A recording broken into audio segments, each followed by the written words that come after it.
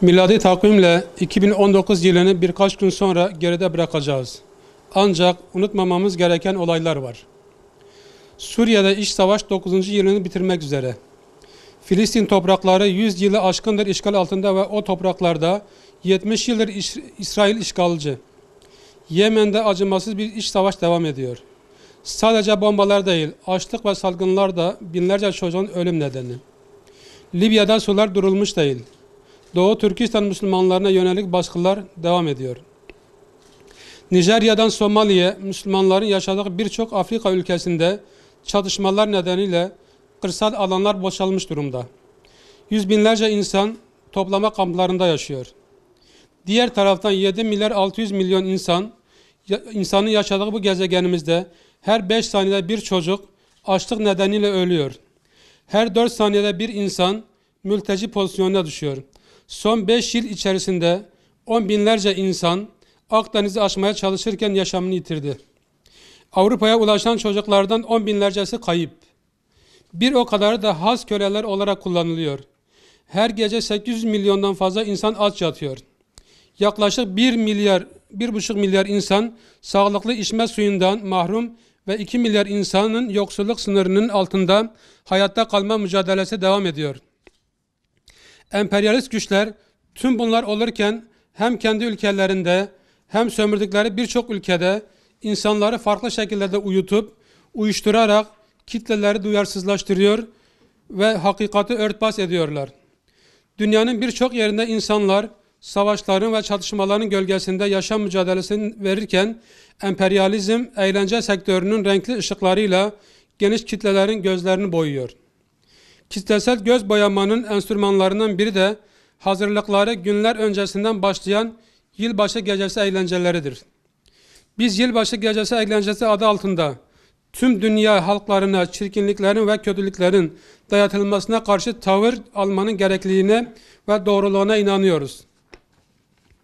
Milli Piyango adı verilen oyunla kitlelerin kumarla buluşturulmasını sağlayan, her türlü kötülüğe giden yolları açan, birçok gencin çeşitli bağımlılıklara yakalanmasına sebep olan, birçok insanda iffet duygusunu zedeleyen her türlü eğlence anlayışını reddediyoruz. Kalplerdeki merhameti körelten, vicdan duygusunu ortadan kaldıran, insanları şehirlerin en orta yerlerinde her türlü ahlaksızlık yapmaya sevk eden, yılbaşı kutlamalarına karşı tepki koymanın her erdem sahibi insanın görevi olduğunu düşünüyoruz. Birinci Dünya Savaşı'nın sonunda İstanbul'a gelip boğaza demirleyen İngiliz savaş gemilerinden İstanbul ahalisine bedava dağıtılan alkol, yeni dönemde işgali ve sömürünün nasıl sürdürüleceğinin bir göstergesi olmuştur. Biz yılbaşı kutlamalarını bu ülkenin emperyalizm tarafından sömürülmesine hizmet eden vasıtalardan biri olarak görüyoruz. Alkol müptelası haline getirilen bir nesil sağlıklı düşünme ve sömürüye karşı direnme vasfını kaybediyor. Bu gecenin yılbaşı çekilişi gibi değişik organizasyonlarla Milli Eğitim Bakanlığı'na ait okullarda öğretmenler vasıtasıyla körpe dimağları aşılanmasını ise kabul edilmez buluyoruz. Aynı şekilde devlet eli ile yürütülen şans oyunlarının toplumda telafisi mümkün olmayan bir yozlaşmaya yol açtığını görüyoruz. Bizler Anadolu Gençlik Derneği mensupları olarak 31 Aralık Salı gününü 1 Ocak Çarşamba güne bağlayan gece 81 şubemizde yaklaşık 600 küsur noktada Mekke'nin fetih programını düzenleyeceğiz.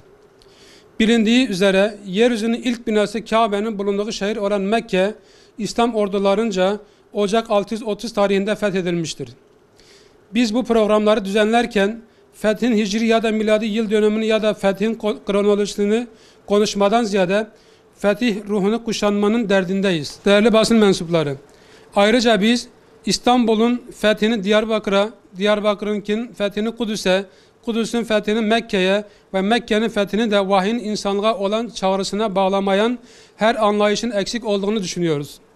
Kaosun, sömürünün, çatışma ve savaşların yaşandığı dünyamızın her zamankinden daha fazla fetih ruhuna ve anlayışına ihtiyacı vardır. Fetih kavramının da anlamadan saptırılmaya çalışsa da biz hem kavramlarımıza hem de bu kavramların bize yüklediği sorumluluklara sahip çıkmaya devam edeceğiz. Fetih bir beldenin veya o beldede yaşayan insanların dimağlarının İslam'a açılmasıdır. Fetih küfrün karanlığının Kur'an, kelam-ı kadimin berraklığıyla silinmesidir. Fetih, sonradan olma ilahları reddediyor. Fetih, insanların temel hak ve özgürlüklerini gasp eden zulüm düzeninden adil bir düzene geçen yolun açılmasıdır. Fetih, insanın, toplumun ve doğanın sevgiyle, merhametle ve adaletle buluşmasıdır. Fetih, insan olmanın, halife kılınmanın, dağları yüklenmekten çekindiği bir yükü omuzlamanın ve kulluk sözü vermenin gereğidir. Fetih, sadece hakkın hakimiyeti için çıkılan bir seferin sonucu değil, bilakis o sefere çıkabilme dirayetidir. Fetih, işgal değildir. Fetih, bir ırkın diğer bir ırkı tarumar etmesi değildir. Bir bölgenin halkının diğer bölge halklarını sömürmesi değildir. İnsanların inanç ve düşüncelerini zorla değiştirme değildir. Enerji kaynaklarını, yeraltı, yerüstü zenginliklerinin ele geçirmek için savaşanlar, insanları imha etmek için savaşanlar bunu anlayamaz. Biz Anadolu Gençlik Derneği mensupları olarak bu coğrafyanın harcının İslam olduğuna, bu toprakları bize yurt yapan anlayışın fetih ruhu olduğuna inanıyoruz. İnsanımız kültür emperyalizminin yanında değil, fetih ruhunun yanında durmaya çağırıyoruz.